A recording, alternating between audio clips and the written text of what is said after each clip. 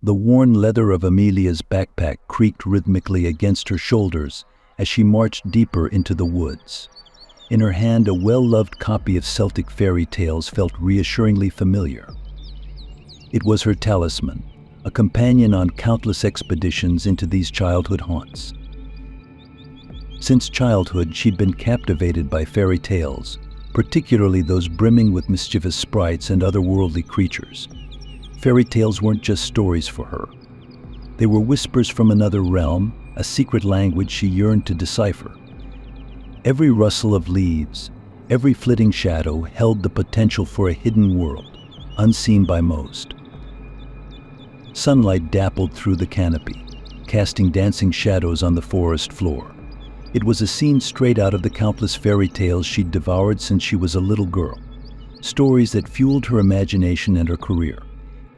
Now a late-20s writer with a comfortable apartment and a looming deadline, Amelia craved that spark, that touch of magic her childhood woods had always provided. Today she wasn't just seeking inspiration, she was hunting for it.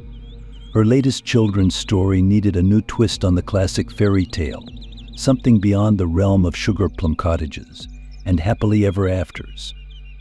The familiar path, a comforting constant throughout her life, stretched before her, promising a new adventure.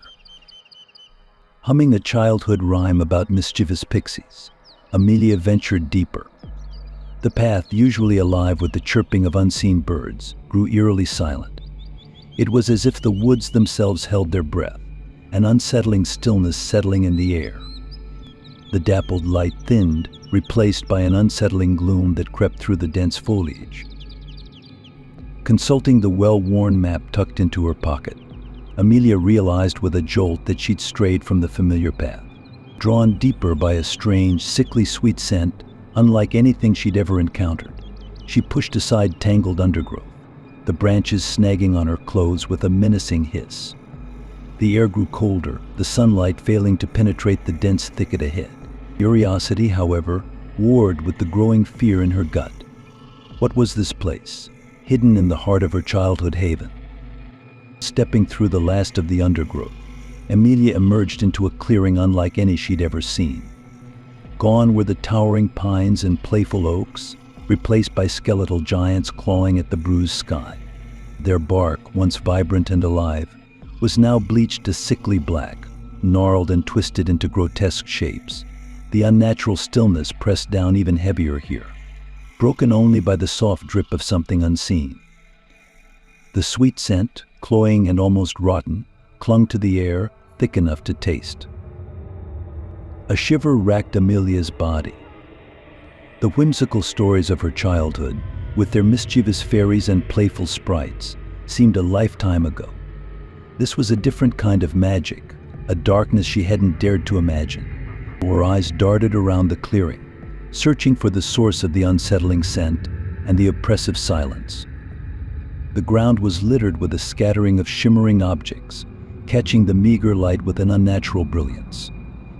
Bending down, Amelia picked one up. It was a wing, not a butterfly's delicate creation, but something large, skeletal, and iridescent. It pulsed with a sickly blue light, sending a tremor of fear through her.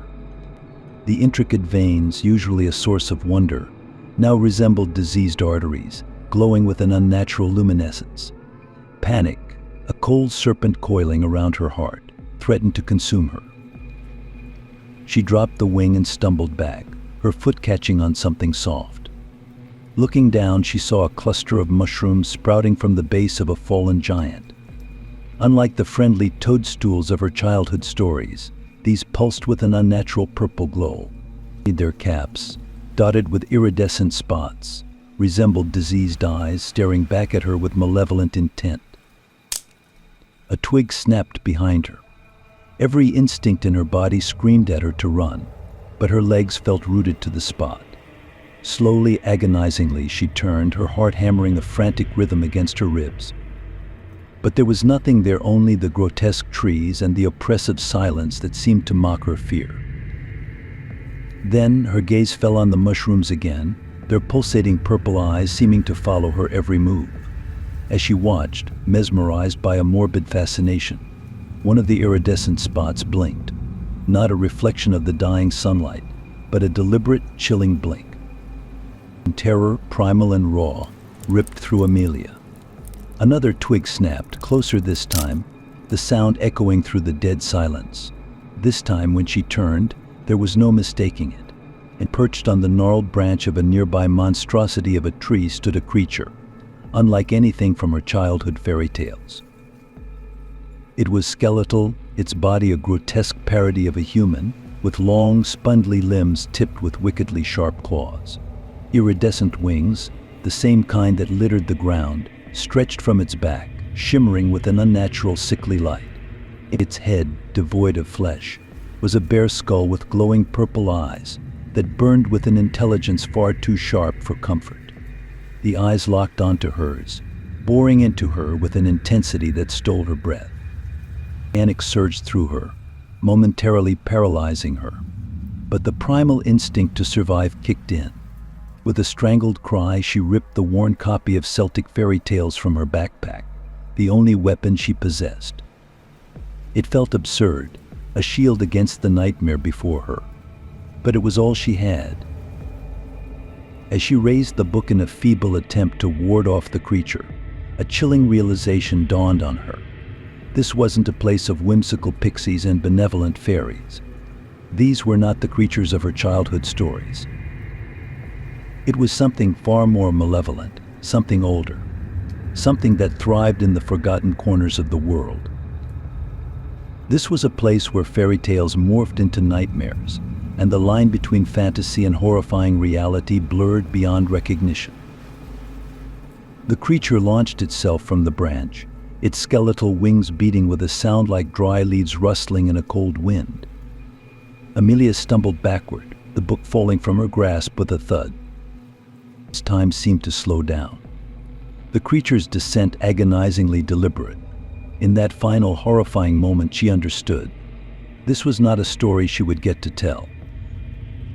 This was a secret best left buried in the heart of the woods. A dark secret that would be stained onto the forest floor with her blood. The book lay abandoned on the ground, its covers smeared crimson. A silent testament to the story that would never be written.